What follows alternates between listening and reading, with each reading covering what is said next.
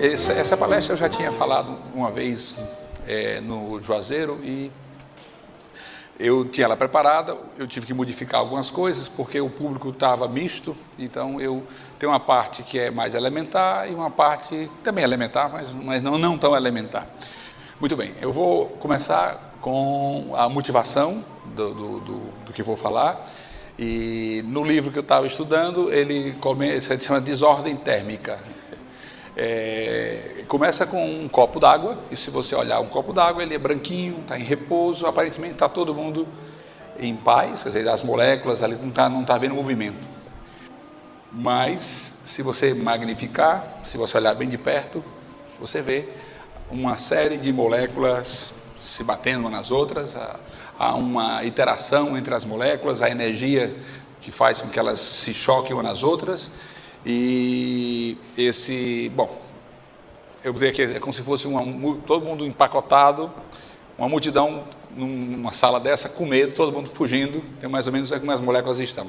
Bom, agora imagine uma bactéria, que é mais ou menos do tamanho de uma molécula de água, dentro dessa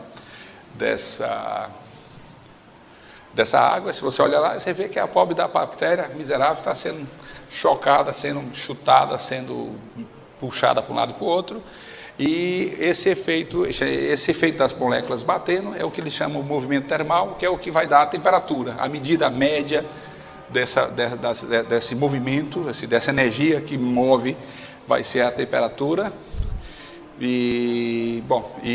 Isso aqui é uma figura. Eu tenho que dar o crédito. Essa figura eu copiei,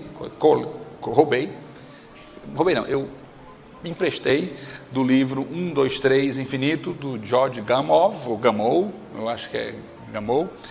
E muito bem, esse efeito desse termal nessas criaturas, né, é mais pronunciado. Se você bota uma partícula maior, tá certo? As moléculas estão sendo chutadas, mas o deslocamento é muito pequeno e de alguma forma se anula, então você vê ela parada. O que está acontecendo aqui é que no século XIX havia a teoria na época de Pasteur que se a vida ela nascia espontaneamente, né? Se havia a biogênese. E começaram a olhar com o microscópio e viram que havia partículas movimentando-se como se estivesse vivas, né? Aquelas partículas assim, não, isso aqui é tecido, isso aqui é morto. Ele move por quê? Porque está ficando vivo? Será que essas partículas que você coloca em vários, e a natureza dessa partícula é geral? Eu boto grão de pólen e ela se bate, eu boto mineral, elas se colocam. Esse tipo de observação do laboratório, de olhar e ver essas partículas e descrever o comportamento como se fosse aleatório dessas partículas, hoje é conhecido como, devido a Robert Brown, que era um botanista, mas existem outras pessoas que também tiveram essa observação antes dele. Eu esqueci o nome das pessoas, eu retirei porque não estava muito interessado na outra palestra eu tinha colocado, mas existem outras pessoas que estão envolvidas nisso. Então, ele colocou essa observação, ele publicou essas observações e disse assim, eu olho e vejo lá as partículas vivas. E, isso. E havia um interesse de explicação. Está vivo ou não está vivo? Será que, por que elas estão se mexendo? Muito bem, nessa época havia uma discussão entre os cientistas para saber se existia ou não existia átomo. Tinha os que acreditavam que existia átomo, tinha os que negavam essa possibilidade. E houve uma discussão e baseado na hipótese, você supõe que tem átomo e que ele está se mexendo, então esses átomos estão gerando a temperatura, ele deve satisfazer uma equação, a distribuição de probabilidades dessa equação, e eu vou medir, essa equação vai me dar um certo parâmetro que pode ser medível. Eventualmente foi medível e aí a discussão morreu, existe átomo, mas não vou me deter, tá certo? Muito bem, aqui, esse fenômeno do choque das partículas da água batendo, que como a água era transparente, você não via só a partícula se mexendo, ficou conhecido como sendo o movimento browniano. Isso aqui é uma figura onde eu tenho aqui uma partícula sendo bombardeada e a partícula ela tem uma trajetória ela se move ao longo, se ela está sendo bombardeada para um lado, como ela é muito pequena em relação à água, se ela é proporcional, então ela realmente sofre um deslocamento. E isso é feito, deu o nome movimento browniano em honra ao Robert Brown, que era um botanista, eu creio que ele era inglês, mais de 100 anos atrás. Bom, a pergunta que se fizeram é: será que a gente pode estudar um movimento aleatório, um movimento que não tem um padrão, que você não sabe onde é que essa partícula vai, onde vem, onde é que você pode deduzir, não é? Então, uma das observações é que, bom, se você pensar que não pode, vai ser um erro. A gente pode pensar, ter algum aspecto desse movimento que a gente pode estudar. Então, existe uma lei que rege esse movimento. No livro que eu peguei, isso é a lei da desordem, né, que mede quão desordenado é esse movimento e se tem. Então, para entender essa lei da desordem, ou seja, o modelo que vai tentar descrever o movimento browniano, eu vou descrever esse movimento do bêbado. Imaginar aqui um bêbado. Essa figura não está muito bem, porque está muito pequena. Isso aqui é uma praça, onde tem um poste. E o bêbado está escorado lá na praça e eu estou olhando o bêbado. E de repente o bêbado começa a andar para frente, para trás, cambaleando. E o bêbado está no plano, tudo muito plano, e o bêbado dá um passo para frente, dá um passo para trás, de lado, e fica, não é? Então, para entender isso, eu coloco um eixo Y aqui, e um eixo X, e eu vou vou dar coordenadas aos passos do bêbado. Então, eu pergunto, bom, depois de 100 passos, onde é que o bêbado vai estar? Obviamente, isso é uma pergunta muito difícil, porque o bêbado pode estar, se ele pode dar 100 passos em linha reta, ele vai estar longe do poste. Ele pode dar um passo para frente, um passo para trás, um passo para frente, um passo para trás. E ele pode ficar encontrar a um passo do poste, ou entre 0 e 1 passo do poste, pode ser qualquer coisa. Então, é uma pergunta que, pela aleatoriedade da trajetória do bêbado, eu não tenho como dizer. Mas eu podia considerar o problema, dizer qual é a distância mais provável que o bêbado vai estar, a contar do centro do poste, ou seja, distância R, aqui. Então, o que eu faço? Eu vou considerar a coordenada XY, no centro dela com a lâmpada, e R a distância depois de N passos, certo? Bom, agora, eu vou fazer aqui a figura no gráfico, aqui na câmera. Eu vou colocar aqui o meu X aqui. Meu I está um X pequeno. Esses são os eixos. Imagine que eu dei um passo para cá, dei um passo para cá, dei um passo para cá, dei um passo para cá, assim. A esse ponto aqui, eu coloco X1 aqui e Y1 aqui. Ao segundo passo, eu vou colocar X2, não é X2 aqui que eu vou colocar aqui, pessoal, não é a distância à origem, é o tamanho desse deslocamento. Aqui, a projeção do deslocamento. Eu meço, a distância, eu peço, aqui é o primeiro passo, aqui é o segundo passo, eu pego essa distância e projeto aqui. De tal forma que no último passo, no XN, YN, eu tenho aqui a soma das projeções do bêbado. De tal maneira que eu posso escrever, eu somar as projeções, a primeira projeção, essa projeção aqui, ela foi para trás, o X2 foi negativo, foi para trás, eu marquei, quando a projeção o bêbado anda para a direção ao poste, o X é negativo.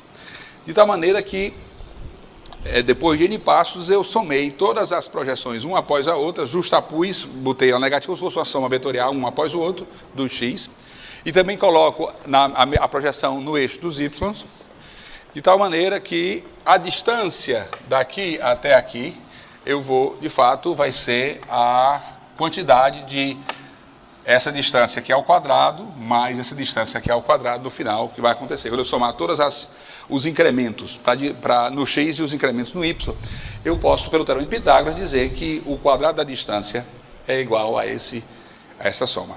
Isso aqui é aritmética. Os X são positivos ou negativos, dependendo se eu me aproximo ou me afasto me aproximo do poste em cada um dos eixos X. Muito bem, eu faço essa conta, que é muito simples, eu vou pegar essa conta primeiro aqui, e eu posso desenvolver E eu vou ter a menos um quadrado, um binômio de Newton aqui, né? Simplesmente multiplico um pelo outro, que é o quadrado do primeiro vezes o x1, x2, x1 tal, xn mais x2 vezes x1, x2, x2 e assim por diante. Então eu vou ter uma soma de quadrados mais termos mistos. Para esse termo, a mesma coisa, eu vou ter uma soma de quadrados mais mistos para esse. Ok. Bom, as chances, agora entra uma discussão da probabilidade. O terreno é plano, a chance do bêbado dar um passo para frente ou para trás, ou para um lado ou para o outro, é a mesma. Vai ser para frente ou para trás, direita ou esquerda, vai ter a mesma chance. Então, é provável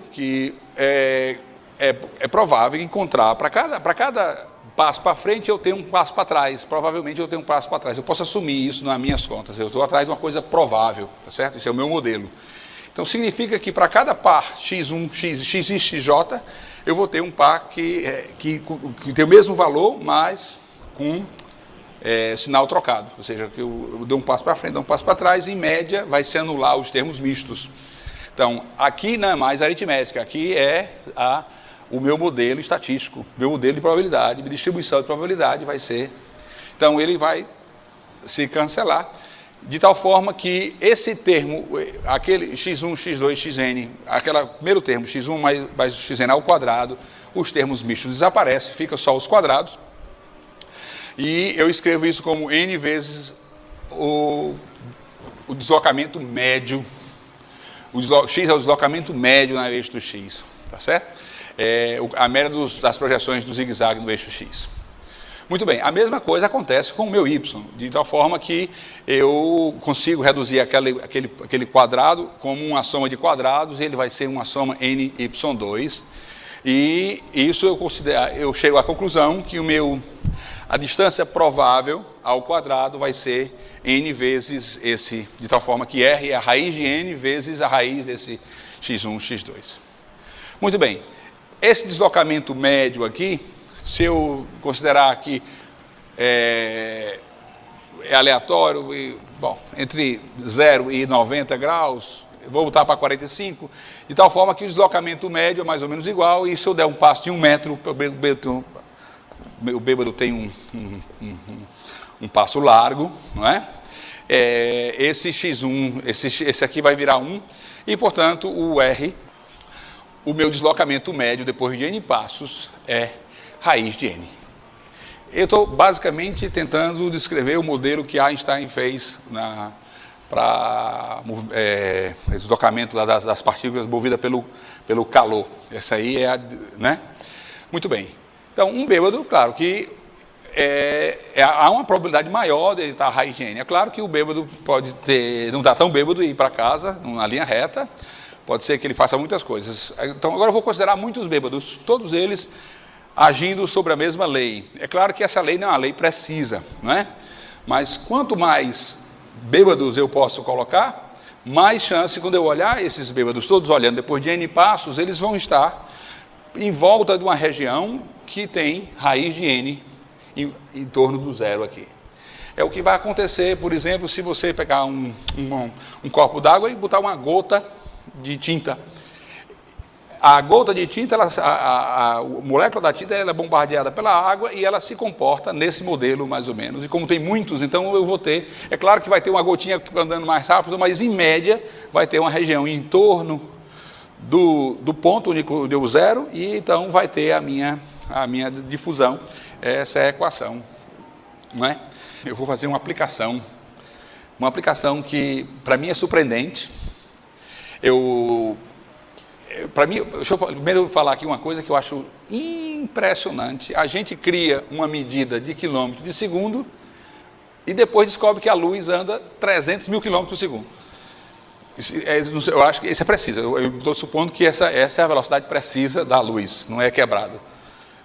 Porque é impressionante que há uma constante física, a velocidade da luz, ela coincida com a intuição que nós tínhamos de metro e segundo para ser um número fechado. Mas eu acredito que não é assim, não. É quebrado, né? Mas bem, 300 mil quilômetros é uma boa medida. Ok. O raio do Sol 700 mil quilômetros. E eu tenho um fóton no centro do Sol, lá, que está para sair. Se não houvesse nada na frente desse fóton, esse fóton gastaria 2 segundos para sair até a superfície do Sol, e daí 8 minutos para chegar aqui ou chegar onde for, certo? Só que o fóton, ele é bombardeado por outros fótons, pelos elétrons e átomos, e ele fica zigue-zagueando dentro do Sol. Os fótons têm essas colisões. E eu vou chutar, isso aqui é uma estimativa, tá certo? Que um fóton tem mais ou menos 1 centímetro para se mexer. Quer dizer, antes de bater em alguém, ele tem mais ou menos 1 centímetro. Então, digamos que, como o raio do Sol é de 700 mil quilômetros, o fóton tem que dar essa quantidade de passos de centímetro em centímetro, se quiser sair. Não é? Então, eu tenho R, eu tenho a quantidade de passos, e eu vou considerar o tempo de médio do fóton andar 1 centímetro. Portanto, o tempo gasto para ele, desse zigue-zague, segundo esse modelo, é por volta de 5.000 anos. Ou seja, o Sol, a luz que se ele vem do centro do Sol, onde ele está sendo formado, né, ele passa 5.000 anos para sair e aí viaja. Muito bem, essa é mais ou menos uma aplicação desse modelo. Ok, agora, esse era o modelo do movimento browniano, era o modelo observacional, que a primeira abordagem, teve várias pessoas, teve o Bachelier, que teve essa abordagem da equação de difusão. Einstein aplicou essas ideias independentes para descobrir que existe átomo, mas nesse tempo havia várias tentativas de entender os modelos do movimento browniano. Então, o primeiro movimento browniano, que agora eu vou mudar a pergunta, é o movimento num látice. Eu tenho aqui a partícula salta, para cada ponto ele tem 4 vértices para saltar. Então, e a probabilidade dela escolher cada um desses vértices, eu vou dar que é 1/4. Então, ela escolhe um vértice, salta, daí ela começa de novo, ela tem mais 4 possibilidades. Isso é o que chama o caminho aleatório num látice Z2, no caso Z2, chamada random walk, em um látice. Aqui é uma simulação em poucos passos, e aqui é uma de muitos passos. Aqui é só uma figura, parece um bordado, mas de fato é um random walk em R2, em Z2. Bom, a partícula escolhe aleatoriamente um dos 4 vértices vizinhos e salta, e pula para esse vértice. Então, a pergunta lá do bêbado era qual a distância provável. Aqui eu quero saber qual é o comportamento da partícula, em média. Onde é que ela vai? Nesse caso, eu estou pensando, será que ela vai embora, ela desaparece? Ou ela, por alguma razão, ela volta? Então, há uma distinção, né, nesses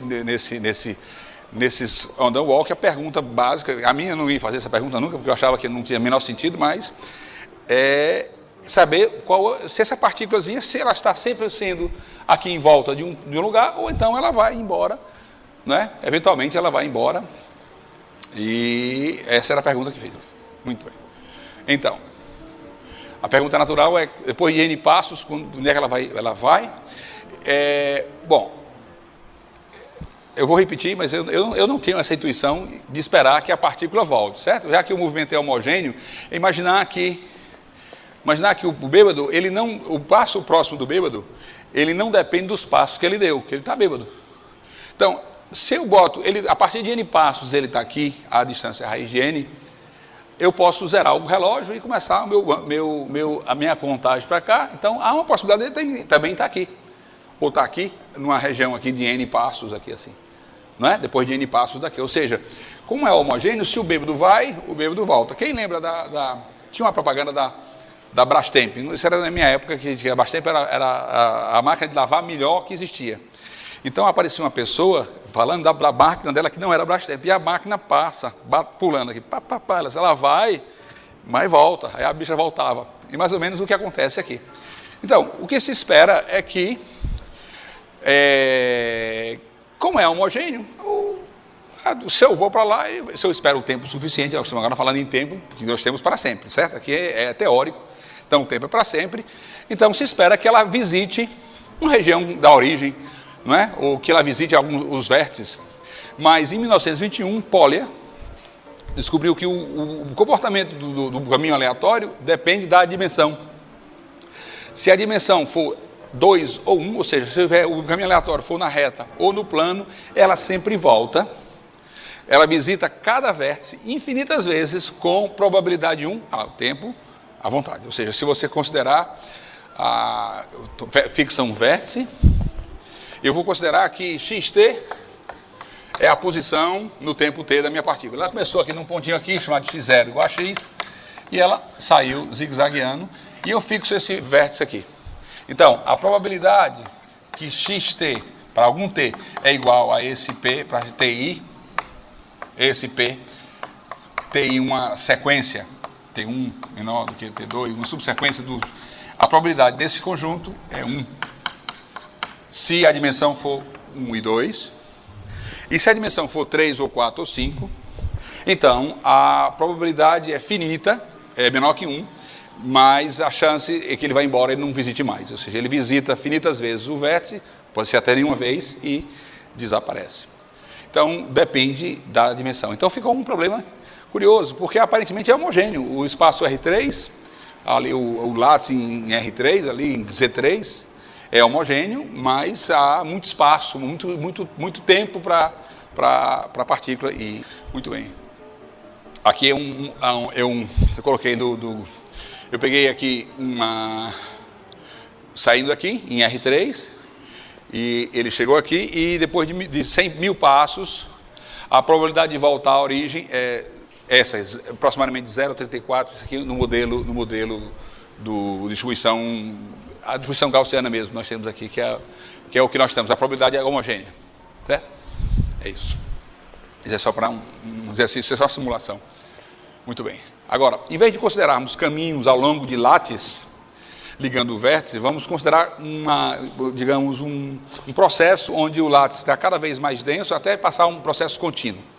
Então, a posição agora seria uma família, eu vou chamar de um Brownian motion. Esse aqui foi construído por, o modelo que eu vou tratar é um modelo devido a Wiener, Norbert Wiener, acho que é assim, Wiener, ou Wiener. E ele constrói um modelo que satisfaz a propriedade do Brownian motion, tem uma certa propriedade de expectativa zero, etc, etc. E a distribuição, eu coloquei a distribuição homogênea, né? E basicamente xt é uma posição no espaço RD. E é um zigue-zague no meu RD. E x0 é x, xt pertence ao meu RD, agora contínuo, e eu vou olhar o espaço das trajetórias a partir de x0. Meu conjunto agora é o conjunto de trajetórias a partir de x0, ou seja, para cá, x0 eu tenho esse caminho, eu tenho aquele outro caminho, eu coloco uma medida no espaço dos caminhos, e essa medida é naturalmente associada à geometria do meu espaço. Vamos fazer aqui, eu tenho agora aqui o meu RD, eu tenho aqui, associado ao RD, eu tenho o operador laplaciano, que é o que eu estou interessado, laplaciano. Associado ao laplaciano, eu tenho um núcleo do calor, que é o núcleo que resolve um problema do calor, que é associado ao laplaciano. E esse núcleo é uma função de 3 variáveis, t, x e y, isso é sempre maior ou igual a zero. E tem a propriedade que se eu fixo uma variável x e fixo t, x, y, dy, isso é menor que 1, calculado aqui no meu RD. No caso do RD é igual a 1, mas geralmente é menor que 1. Isso serve como uma distribuição de probabilidade de tal forma que a probabilidade para que xt pertence a um aberto U no meu domínio, onde x0 é x, ou seja, para que o xt no tempo t pertence a U, isso aqui vai ser apenas a integral de pt, está fixo, x é o início, y, dy no aberto U. Isso vai ser a probabilidade de eu encontrar a minha partícula ali. Então, aí, essa construção do Wiener, dos caminhos aleatórios, todo o processo que se tem lá para a construção do movimento browniano no RD, no RN, passa para as variedades onde a distribuição natural é o núcleo do calor. Essa função miraculosa que satisfaz a equação do calor, e ela é o kernel lá do semigrupo. E, bom, o que interessa é que eu posso medir, eu posso integrar, teoricamente, essa integral e me dar a probabilidade do ele sair em x e estar em u. Tá certo? Então, esse processo, essa questão lá de se ele retorna ou não retorna, ele passa para esse tipo de movimento browniano, que eu não estou dando detalhe nenhum. Mas o que eu preciso é saber disso aqui, certo? Então, vamos pensar na seguinte figura. Eu tenho aqui um bêbado, eu tenho aqui a minha geometria, a geometria vai impor condições sobre como o espaço se curva. Digamos que eu tenho várias, assim, como o taxista lá no Rio perguntou se eu acreditava que a Terra é plana, passando por um túnel, certo? Ele disse, você não está vendo que tem uma montanha que está passando dentro, como é que ela é plana? Mas o que eu quero dizer é o seguinte, aqui eu tenho aqui um bêbado, e em cada ponto eu tenho a minha distribuição de probabilidade, que é dada por aquela função, e é claro que para o bêbado subir aqui, a geometria está impondo que a probabilidade dele subir aqui bêbado é menor do que ele vir para cá descendo, né? Quer dizer, a chance dele ir para os vales é maior, se a geometria muda a distribuição, ela não é mais agora um quarto, como eu tinha ali, como era homogênea, ela não é mais homogênea. Então, as regiões visitadas têm chances diferentes, não é? Se eu integro o meu núcleo numa região aqui assim, é diferente de integrar o meu núcleo numa região aqui assim. Não é? A probabilidade do caminho vir para cá é diferente da probabilidade do caminho passar por aqui. Então, é mais ou menos isso que acontece. Bom, aqui é o núcleo, certo? Aqui é a equação da difusão do calor. Eu estou botando as constantes todas iguais a 1. Né? E SP ele é construído dessa forma. Existe esse menor que 1. É o núcleo do calor, eu não preciso entrar em detalhes. É só uma medida, uma função positiva do que eu posso integrar para dar a minha densidade, a minha probabilidade de chegar. Em vez de ser a densidade constante, é uma densidade que ela modifica dependendo da dificuldade. O que importa é o seguinte, eu também já falei, eu quero discutir agora recorrência e transiência e completitude estocástica e incompletitude estocástica. Isso é a ideia que eu quero passar para vocês. É o seguinte, definição. Eu tenho aqui minha variedade, minha superfície curvada com a métrica. Ela associada tem o seu núcleo do calor, associada à geometria dela, e eu tenho a construção do Wigner, do movimento browniano associado a esse setting aí, da métrica e do núcleo. Então, eu posso olhar se o meu Brownian motion ele retorna sempre ou não, não é? Então, digamos, suponha que a probabilidade do Brownian motion saindo no ponto x0, quer dizer, no x quando é o tempo zero. Existia uma sequência de pontos, infinito de tempos, de tal forma que ele visita um aberto U, com sendo probabilidade 1. Ou seja, imagina que eu tenha que, para uma sequência de caminhos, de pontos, ele vai tornando. Então, aqui ele volta, embora o tempo possa demorar, os TKs podem ser cada vez mais espaço, mas ele retorna infinitas vezes a U, com probabilidade 1, se isso ocorrer, quer dizer, tem movimentos brownianos, na verdade, que vale, tem movimentos que isso não vale. Então, isso distingue geometria 1 de geometria 2. As geometrias cujo movimento browniano associado a ela satisfaz essa propriedade para qualquer U, eu vou dizer que esse movimento é recorrente e eu vou dar um nome, a variedade é recorrente ou parabólica. Esse é o nome que eu vou dar, certo? Então, eu pego essa geometria e eu digo, olha, é recorrente ou transiente? Porque transiente é quando ele não, essa chance aqui é menor do que 1. Tá certo? Ou seja, a chance dele nunca mais voltar é 1. A probabilidade é 1. Ok, então eu dou a geometria e pergunto, é parabólica ou não? Aí eu vou construir, teoricamente, o meu Brownian motion, lá pelo processo do Wigner, daí eu vejo se a probabilidade de retorno é 1 ou não. Se ele for 1, essa aí é uma variedade parabólica. Se ela não for, ela é uma variedade transiente. É claro que esse processo é impossível de você calcular. Então você tem que encontrar métodos geométricos para implicar essa condição dessa definição. Tá certo? Então, a transiência é o fato que a minha partícula, meu bêbado, visita um certo U aqui infinitas vezes, mas depois vai embora para nunca mais voltar. E é isso que eu acho que é a razão, que no espaço R3, o R3 é transiente, a partícula vai embora. E no R2, o R1 é recorrente. Imagine que presa e predador vivem no R2, as presas morrem todas. E logo depois os predadores. Porque eles estão sempre se encontrando, eles estão sempre se visitando. Imaginar que os movimentos estão ali, eles estão se chocando um no outro. No R3 não, um passa por cima, outro passa por baixo, sei lá. Isso é uma bobagem. Bom, então eu vou dizer que uma variedade riemanniana é recorrente ou transiente, conforme o seu Brownian motion é recorrente ou transiente. Muito bem. Aqui é um teorema de muitas pessoas. Esse teorema eu não sei quem foi, são muitas pessoas. Tem Grigorian, tem Alfors, tem Hunt, tem uma série de pessoas que estudaram as várias condições com várias condições que são necessárias e suficientes para que a variedade seja recorrente. São equivalentes. Bom, M é recorrente, significa que o seu Brownian motion é recorrente. É a mesma coisa que se eu tomar a função de Green, ela vai ser sempre zero. A função de Green é a integral em T do núcleo. Isso aqui dá infinito. Então, se isso for verdade, não tem função de Green com sinal, certo? Isso aqui é função com sinal. Então, toda função de classe C2, limitada superiormente, subharmônica, significa que o Laplaciano de U é maior que zero, então ela é constante. Isso é uma condição necessária para uma variedade ser recorrente. Tem outras condições aqui sobre ser superharmônica e exemplos de que variedades que satisfazem trivialmente são R e R2 são recorrentes e Rn para n maior ou igual a 3 é transiente. Ou seja, um movimento no R3 ele tem a chance de nunca mais lhe ver, você vai-se embora. Ok. Um outro conceito é o seguinte, é a de completitude estocástica.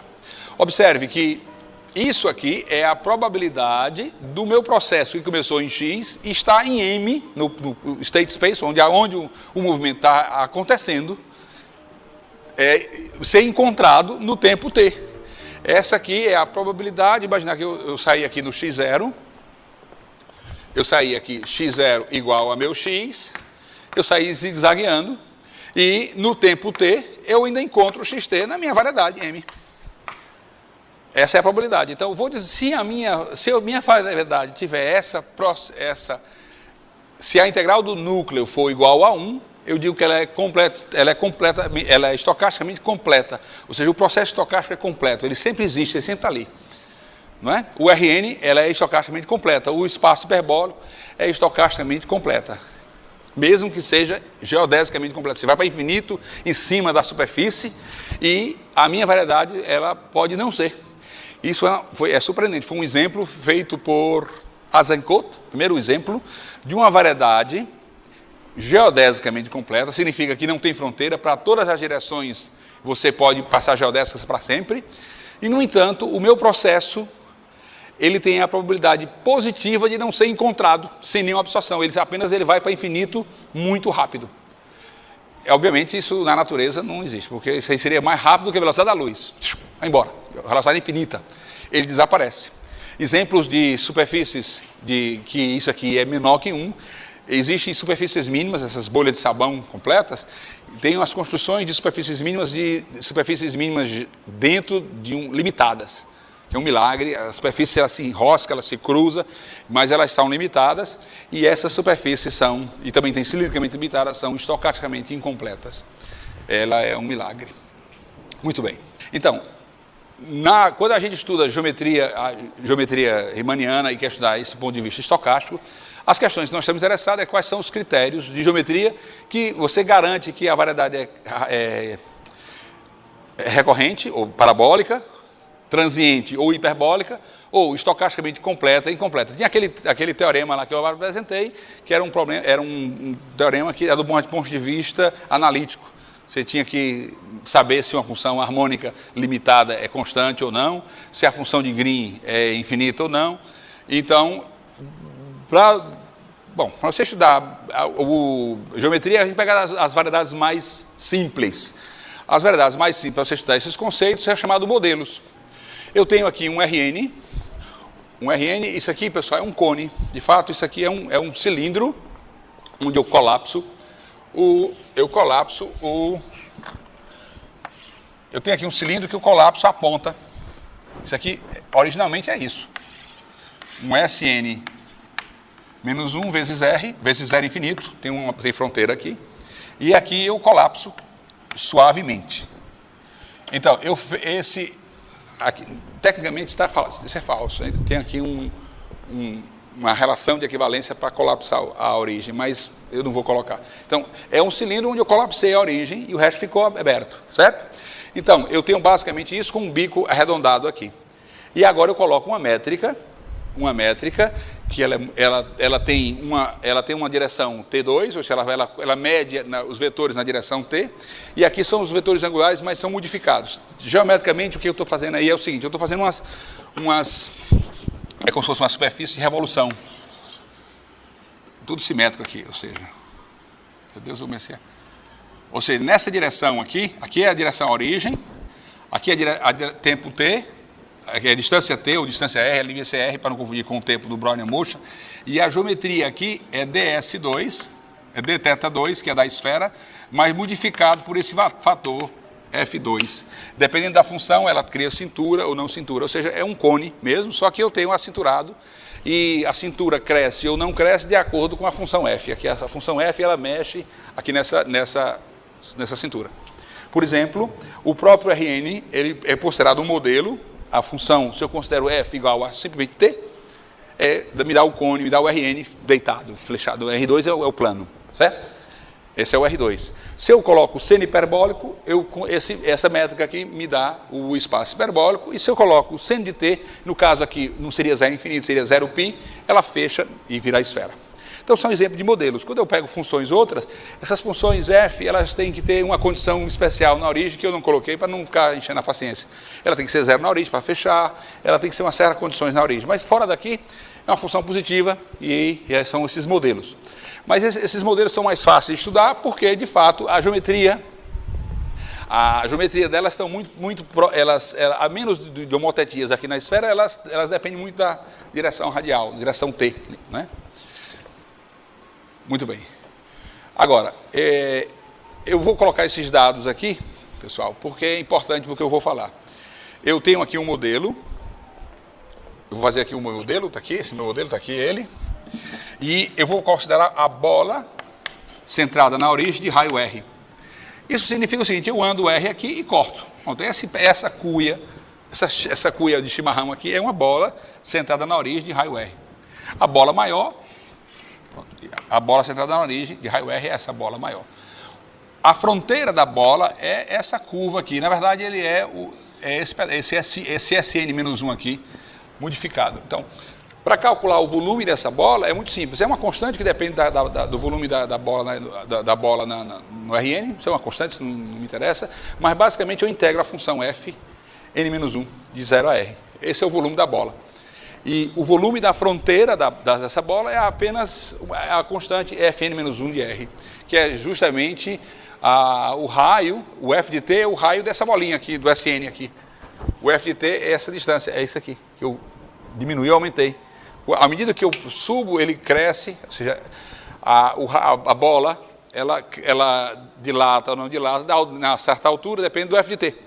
Então, o volume, assim, a fronteira ela é dada só em função da função f. Então, eu tenho esses dois valores. E aqui o operador laplaciano, que eu botei só para dizer em coordenadas polares, nessa métrica ele é bonitinho. Ele tem uma parte que depende só de t, e tem uma parte que é o laplaciano da esfera, muito dividido, muito elementar. E nos modelos, os critérios são mais simples, certo? Por exemplo, provado a recorrência e cumulativa estocástica podem ser determinados pela fronteira. Ok, teorema de Alford, Grigorian, Ishihara, Kaziminsky e Milnor. Esse aqui é uma coletânea dos teoremas que foi escrito em várias situações diferentes e está colocado num só. Então, eu tenho um modelo com essa métrica aqui e ela é recorrente se só se essa integral. Isso aqui é o volume da fronteira. 1 sobre o volume da fronteira. Se eu integrar de 1 a infinito, isso for infinito, então ela é recorrente e é se só se. Isso é um teorema que vale para modelos. A condição, por exemplo, essa condição aqui, ela é verdade se o volume da fronteira for menor que R, uma constante vezes R, ou seja, for sublinear ou até linear, ela é Ou seja, no R2 isso acontece, o volume da fronteira da bola é 2πr, não é verdade? E ou seja, é linear. No R2, no R é só 1.0. Então, no R2, isso explica, esse critério explica porque é que o R2 é recorrente. Porque se o volume da fronteira das bolas em R2 é linear, depende de 2πr, cresce com R. Essa condição é falsa se o volume da fronteira for maior ou igual a uma constante R1 mais epsilon. Não é? No caso do R3, o volume é quadrático, o volume da fronteira é quadrático. Então, essa integral, ela converge, se isso aqui for uma função, um polinômio quadrático, ela converge, e por isso mostra que o R3 não é recorrente. Certo? Agora, o espaço hiperbólico transiente, porque a fronteira da bola no espaço hiperbólico é uma função exponencial, é aproximadamente exponencial de R. Bom, agora, numa variedade que não é mais, vou apagar aqui, não é mais um modelo, não é? Uma variedade que não é modelo. Qual é a diferença? Por que uma variedade modelo é tão fácil? Porque ela é muito simétrica. A variedade modelo, o que acontece nesse ponto, acontece nesse círculo inteirinho. Toda a geometria aqui é a mesma, certo? E já numa variedade qualquer, não. Numa variedade qualquer, eu posso estar aqui numa superfície qualquer aqui, e uma bola aqui, de raio R, é muito diferente de uma bola aqui, de raio R. Eu posso ter, a minha geometria pode ser muito diferente, que a mesma bola de raio R tem volumes diferentes, depende do centro, depende do raio. Inclusive, eu posso ter variedades onde a bola de raio R, o volume dela, dependendo de onde ela está sendo colocada, pode ir para zero. Se a minha variedade tem uma cúspide assim, e as bolas de raio R aqui estão ficando menores, embora o mesmo raio. Então, esse teorema de Grigória e Lyons-Sullivan, ele considera o caso geral. Você considera uma bola centrada no ponto X e de raio R. E o R pode crescer. Então, se essa função aqui, que é o volume da fronteira da bola de raio R no centro X, tiver essa condição integral aqui, então ela é recorrente. Observe que no modelo, essa condição é necessária e suficiente. Aqui, estou só dizendo que ela é suficiente. Porque se isso ocorre, a minha variedade é recorrente. Certo? Agora, outro teorema, agora para completude estocástica, para modelos. Modelos, observe que o que nós tínhamos um critério para recorrência, e no caso, variedade geral, a condição era suficiente. Se eu tenho aquilo, é suficiente. Não é necessário, é suficiente. No modelo, eu tenho também um critério também necessário e suficiente para completude estocástica. Esse modelo, ele é dado pelo volume da bola dividido pelo volume da fronteira. É uma desigualdade isoperimétrica invertida. Eu estou invertendo e estou integrando essa função. E ela é estocasticamente completa no modelo se isso for finito. Ou seja, em particular, eu tenho um critério para construir modelos estocasticamente incompletos. Essa condição aqui, ela é verdadeira se a fronteira da bola tiver um crescimento imenso, exponencial de R ao quadrado. Então, se a minha fronteira das bolas cresce menos do que exponencial de R ao quadrado, que é uma função absolutamente grande, se isso aqui ela é dominada por essa função, então ele satisfaz esse critério e, portanto, o meu modelo ele é digamos, estocasticamente completo. Por exemplo, se eu tomo uma função f, observe que o volume da fronteira do modelo da bola centrada na origem de raio R da fronteira é uma constante f de r elevado a n menos 1. Então, se eu colocar isso aqui igual a mesma constante exponencial de r2 mais epsilon, por exemplo, isso me dá a minha função f. Eu posso tirar aqui como isso aqui elevado a 1 sobre n menos 1. E, então, essa função aqui, por exemplo, eu posso construir um modelo, considerar esse modelo com essa métrica para aquele f, e eu tenho uma variedade estocasticamente completa. Ou seja, se você toma o seu Brownian motion, você vai olhar para ele e ele, de repente ele vai desaparecer da sua vista. Ele vai tunelar, desaparecer, vai embora. Ele dá e ele desaparece. Então, a condição para que ele seja estocasticamente completo é essa, e para que ele não seja estocasticamente completa, por exemplo, isso aqui é uma condição suficiente, a condição necessária suficiente é essa aqui. Muito bem. A pergunta que cabe é, será que existe uma variedade, existe um critério similar para variedades em geral? Essa é a pergunta, foi colocada como... É a pergunta que aparece naturalmente. Se você olha para o caso da recorrência, você tem um critério muito preciso para modelos, e quando você passa para a variedade, não é exatamente igual, mas é o mesmo espírito. Você tem uma condição para que a sua variedade seja recorrente. O critério não é verdade. Isso foi uma visita que eu fiz a esse senhor, na Alemanha, nós discutimos e conseguimos um exemplo de variedades riemannianas, onde o critério ele é completamente estourado. Significa, a gente pode ter variedades estocasticamente completas, que isso é infinito, que no caso do modelo isso não é possível, e variedades estocasticamente completas, onde isso é finito. A ideia é muito simples, porque, posso falar rapidamente, a ideia é que o segredo, de fato, é olhar para essas coisas de estocasticamente completa do ponto de vista completamente diferente de probabilidade, porque eu não sei probabilidade, não sei mexer nessas coisas, então você olha para um outro critério, provado por alguém, que relaciona o princípio do máximo, o princípio do máximo fraco, que é equivalente a ser estocasticamente completo. Isso significa quando é que uma função limitada não tem um máximo, mas tem uma sequência que vai para o máximo. Ou seja, uma função suave, que é limitada, ela tem um ponto onde ela tem o máximo, ou seja, o momento do Laplaciano é menor que zero. O princípio fraco significa que eu tenho uma sequência de pontos que está quase chegando lá. Não é bem menor ou igual a zero, mas é muito pequeno. Esse é o princípio fraco. Então, a ideia é a seguinte, você toma um modelo incompleto. Um modelo incompleto, isso é finito. No modelo completo, isso é finito. Certo?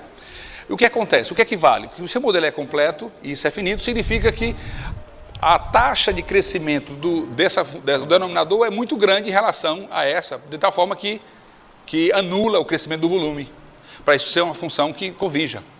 Ou seja, a fronteira cresce muito. A fronteira cresce muito em relação ao volume. E como é que você faz para agora modificar que a fronteira cresça menos? Ou seja, para que o volume cresça sem a fronteira crescer. Você toma uma outra variedade, vamos imaginar que eu vou pregar aqui, eu vou cortar aqui e vou pregar.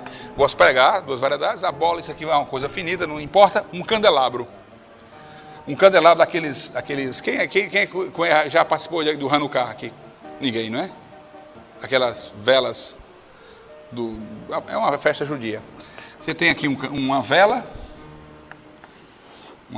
digamos um candelabro aqui, e aqui eu tenho uma outra vela aqui.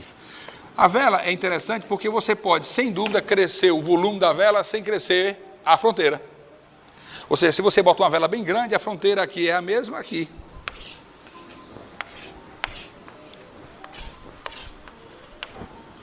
Bom, o segredo é que se o princípio do máximo é violado nesse pedaço aqui de variedade, de superfície, tudo que eu colo a ele ainda é violado. Eu consigo violar o princípio do máximo só num pedaço, tá certo? Isso é possível. Então, se eu prego um candelabro aqui, uma bola agora centrada aqui nesse ponto, nesse pedaço aqui de X aqui, é um pedaço dessa bola e um pedaço dessa bola. Essa fronteira é muito grande em relação ao volume dessa bola para fazer aquilo finito. Por outro lado, eu estou botando muito volume aqui e pouca fronteira.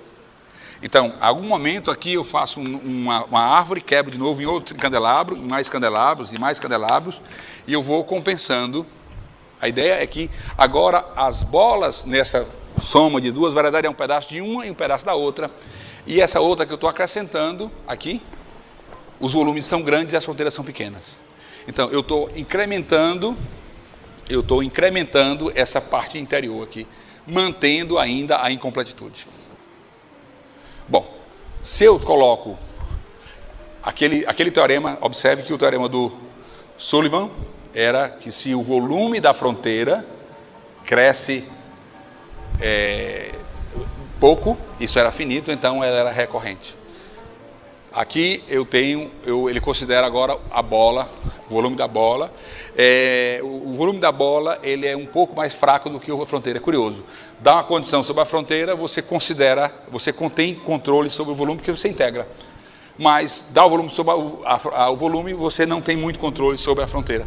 Então, o teorema do Grigori é que para ser recorrente, eu tenho esse volume, esse critério em relação ao volume, e ele é naturalmente aplicado, porque o volume é controlado pela curvatura de Hit.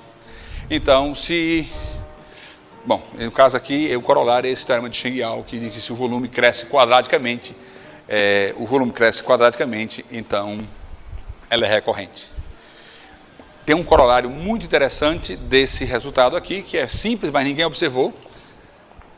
Isso é lá do nosso departamento, que é só uma observação, que se eu tenho um gráfico, eu posso apagar aqui, eu tenho um gráfico,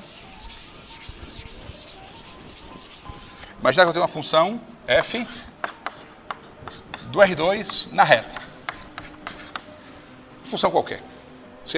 O gráfico dela é uma folha em cima do R2, o gráfico está aqui no R3, é alguma coisa aqui assim, um gráfico fazendo sombra sobre esse. Eu vou colocar a condição que f de um ponto x, de fato, é uma função que depende só da distância, ou seja, ela é radial. De fato, esse gráfico, ele é como se tivesse um gráfico sobre uma reta que eu girei, sobre o R2 inteiro, certo? Então, esse gráfico, ele poderia ser uma função, o perfil, quando eu cortasse aqui, podia ser uma coisa assim. Sobe, desce, e eu giro isso em torno e dá um gráfico em R2. Você pode calcular que o volume das bolas centrada num ponto é sempre quadrático, menor ou igual a quadrado, ou seja, são sempre parabólicos, são sempre recorrentes. Embora tenha subida e descida, eles são recorrentes. E agora, para ser estocasticamente completa, é que o log do volume ser finito, ele é estocasticamente completo e é o critério que o volume seja menor do que exponencial de R2. São critérios cada vez mais fracos, mas uma fraqueza muito teórica, né? Na prática, próximo, será que ainda tem? Não, acho que não tem mais não. Tem não, acabou, é isso aí. Eu queria fazer só uma observação, que é essa história do gráfico aqui, não é? Eu tenho uma prova falsa que todo o gráfico do R2 é parabólico. Não é verdade, mas eu tenho uma prova. É o seguinte, você põe um bêbado aqui, andando aleatoriamente em cima do gráfico. E põe uma luz, imaginar aqui que eu tenho um dia de ensolarado e a luz chega perpendicular em todos os pontos. Então, de tal forma que a sombra do bêbado é um ponto no R2, aqui embaixo. O bêbado está subindo e descendo e tem um R2. E observe que se o bêbado anda aleatoriamente, o falso é que eu vou dizer que a sombra dele também é um processo, é um movimento browniano, o que não é verdade. Mas, na minha cabeça, parecia. Então, um bêbado andando aqui, aleatoriamente, a sombra dele é também aleatória. Portanto, se a sombra era um movimento browniano e o R2 é recorrente, significa que a sombra volta. E a sombra só volta se o bêbado voltar. Então, essa era uma prova heurística que um gráfico era parabólico. É falso.